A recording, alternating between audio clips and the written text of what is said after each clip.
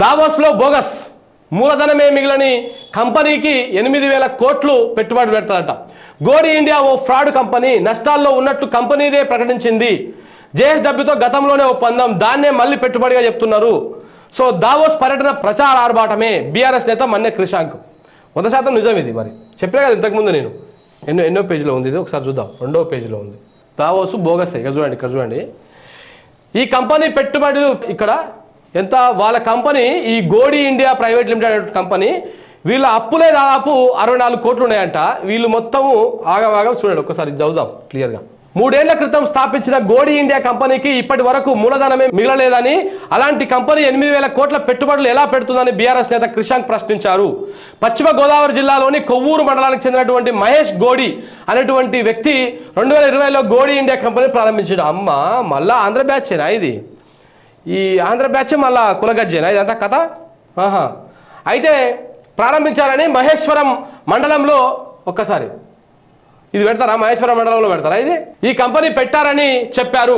కావలి సిద్ధ లింగప్ప, శోభారాణి కూడా ఇందులో డైరెక్టర్లు అని తెలిపారు. వీరి మొత్తం క్యాపిటల్ 1.7 కోట్లు అని, ఇందులో 31% షేర్లు గ్రానైట్ ఇండియాకు 50 కోట్లకు విక్రయించారని, ఐసిఐసిఐ బ్యాంకు నుంచి కంపెనీ ₹1 కోటి రుణం తీసుకుందని వివరించారు. వామ్మో.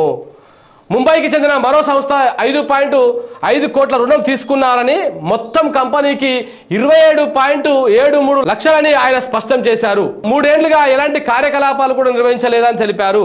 ఈ లెక్కలని ఆ కంపెనీనే ప్రకటించిందని వెల్లడించారు.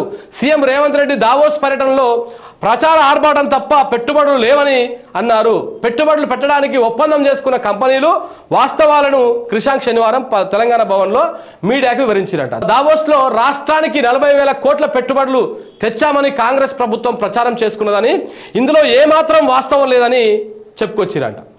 ఇట్లా ఈ విధంగా పెట్టుబడులు అన్నీ ఉత్త కథనే, పేపర్లలో ఉన్నటువంటి డ్రామానే తప్ప అసలు కథ పోతే వానికి మొత్తం అంతా అప్పులమయ్యాయంట.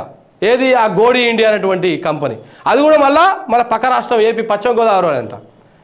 వీళ్ళ బ్యాచ్ అయి ఉంటుంది.